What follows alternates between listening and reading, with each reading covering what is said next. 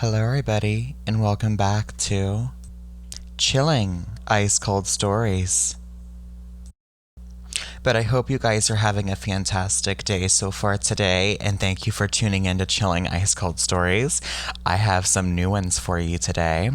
I know it's been a little while since our last episode. Our last episode was posted on December 16th. A lot's happened since then.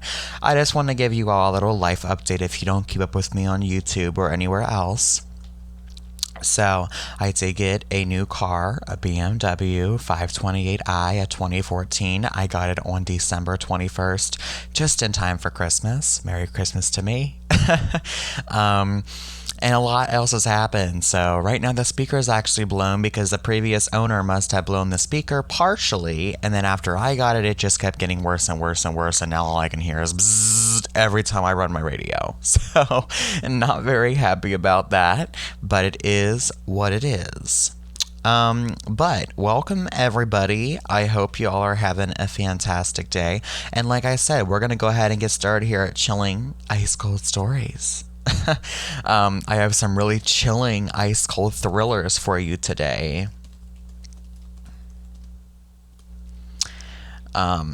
So here we go.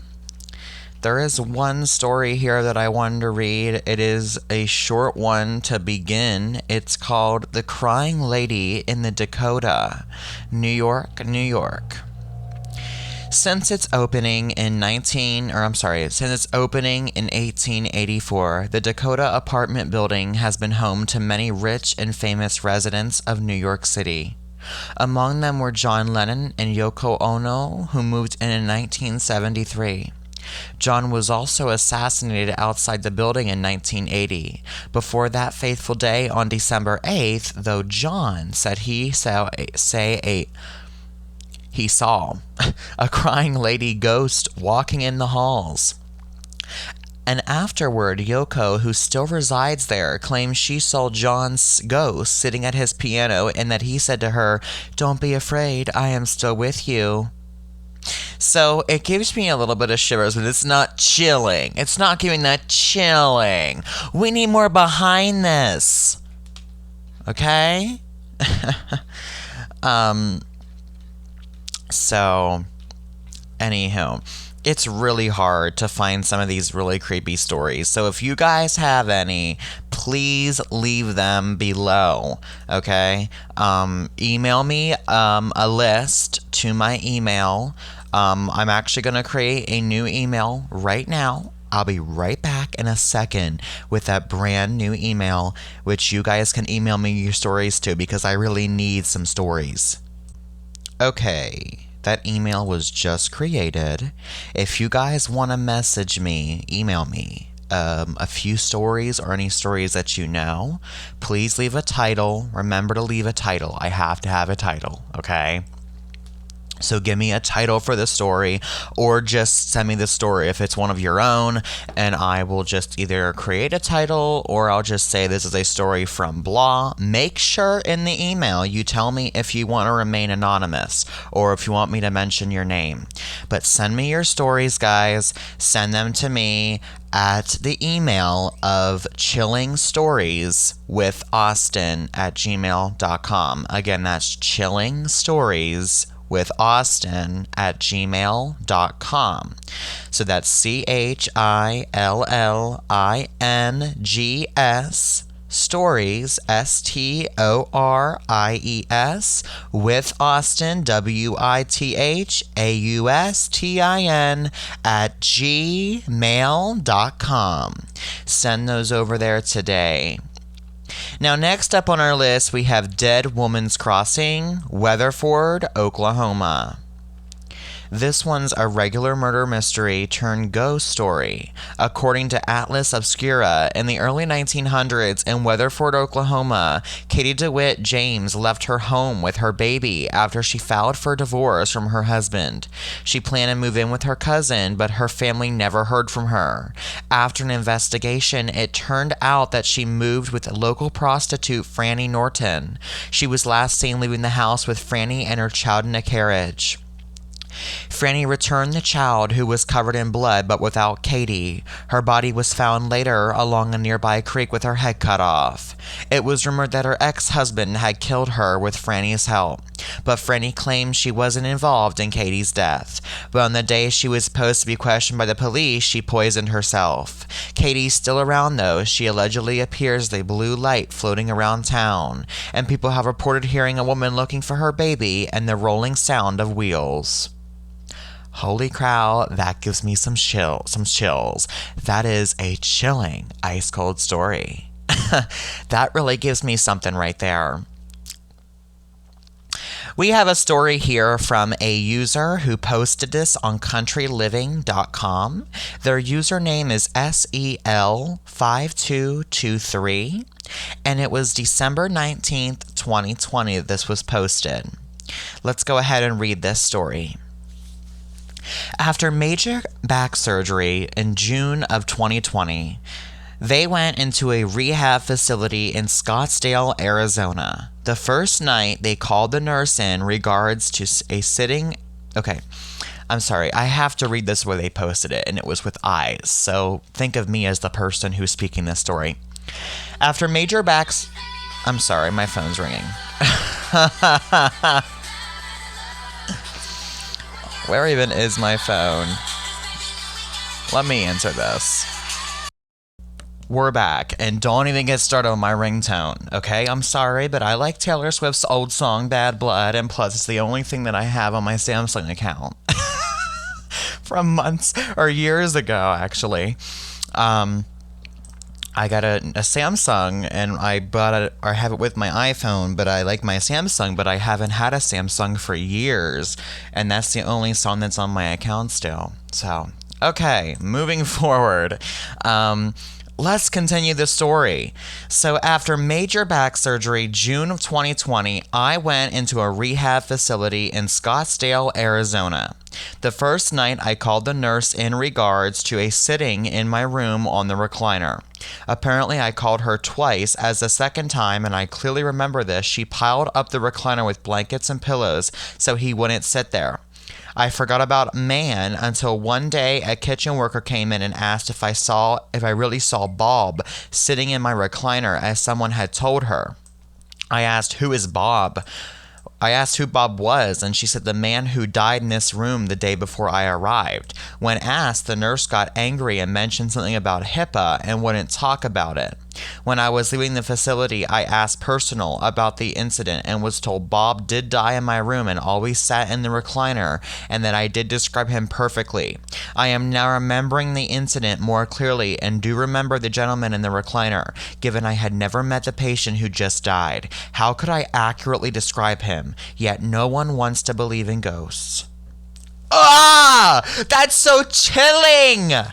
Oh my god, that just gave me a whole bunch of chills. That's a true chilling, ice cold story. Oh my goodness. That's like so chilling because someone gave me the story. Jeez. Oh my.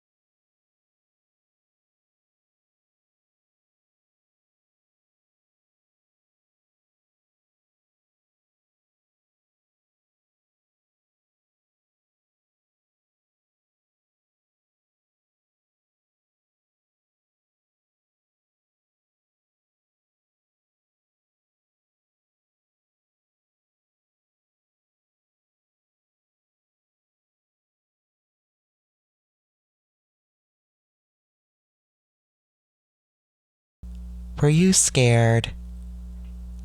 Huh? Were you scared? Just remember, we're always gonna haunt you here at Chilling Ice Cold Stories. You better watch your back.